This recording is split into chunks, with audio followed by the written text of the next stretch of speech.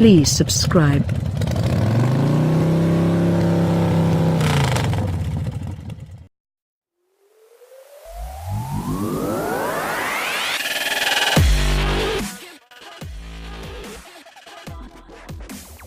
With editor-at-large Arthur St. Antoine having spent plenty of time with the new JL Wrangler Rubicon chasing hobbits down in the Shire, it only made sense for me to hop into one of the more conventional variants on hand.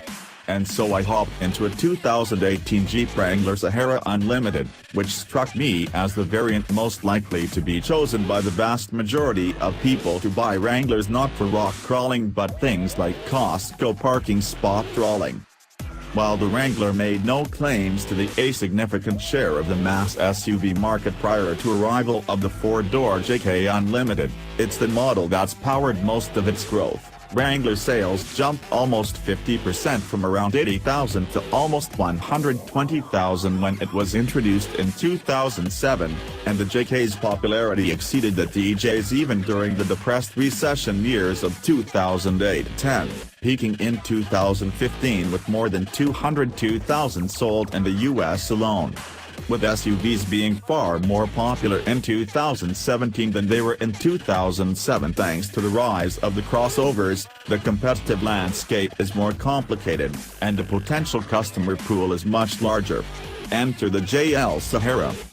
The mid-range Wrangler is mechanically identical to the entry Sport. Both can be had with your choice of 3.6-liter V6 or 2.0-liter Turbo 4, regardless of door quantity, and both engines are mated to an 8-speed automatic, though the V6 can be had with the 6-speed manual.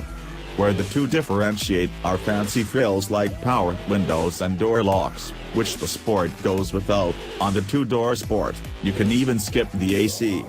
And while the Stripper Special is the one I'd likely drop my Bitcoin gains on, the 2018 Wrangler I spent most of the day in was a well-equipped Sahara Unlimited with a 2.0-liter turbo under its hood and a new retractable power top. On a variety of roads around the Tucson area, including a bit of washboardy dirt road, the Sahara Unlimited felt less like a Wrangler and more like, well, a modern crossover. There's still a little on-center play in the steering, but it's otherwise smooth and well-weighted. The suspension offers a surprisingly smooth and composed ride with reasonable levels of noise, while the brakes don't offer any surprises in either direction. A brief stint in a two-door Sahara later in the day offered much of the same, but with the expected loss of directional stability due to the shorter wheelbase. What was surprising was the performance of the 2.0-liter Turbo 4. Aided by a linear throttle with a smooth hairpin, it made the Sahara happy to get going and offered plenty of pull at any speed. The 8-speed automatic did almost all of its work in the background like a good auto is supposed to, its ratios and programming well matched with the engine's power band. It's enough of an improvement over the V6, which is fine, that it's worth having to forego the manual. As for the power top, it's a nifty bit of kit that I can see having been inspired by one of its distant cousins, the Fiat 500C, as like the Cinquecentos, only the central piece retracts.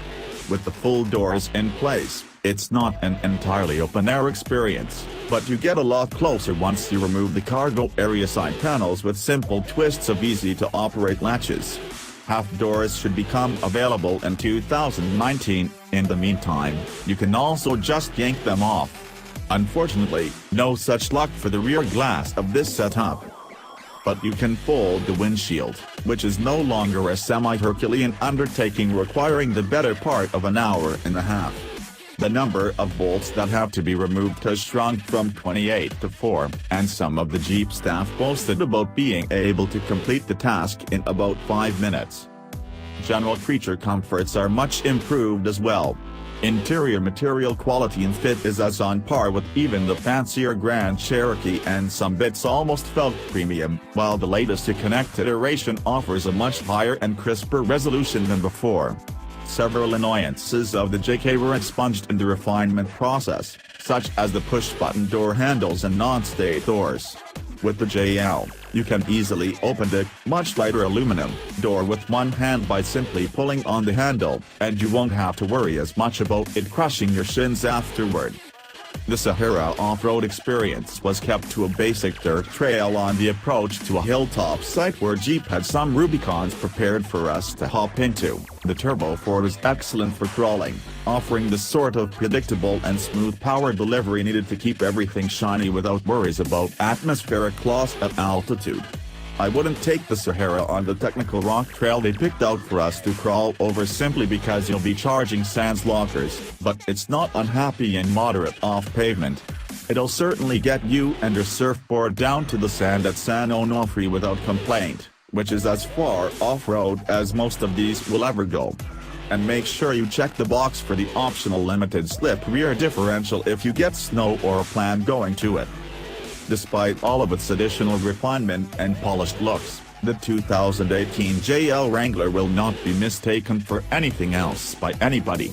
Given the number of compromises removed in the redesign process, I hope Jeep has some shovel-ready plans to expand the footprint of its Wrangler plant in Toledo, Ohio.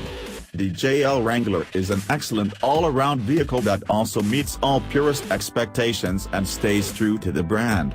Jeep will sell every last one that it can roll off the line. After all, there's not much reason to get a functional but nondescript compact midsize crossover for the Costco crawl when you can have this Wrangler instead. If you're going to be stuck behind a slowly reversing Prius, you might as well sit there with a smile.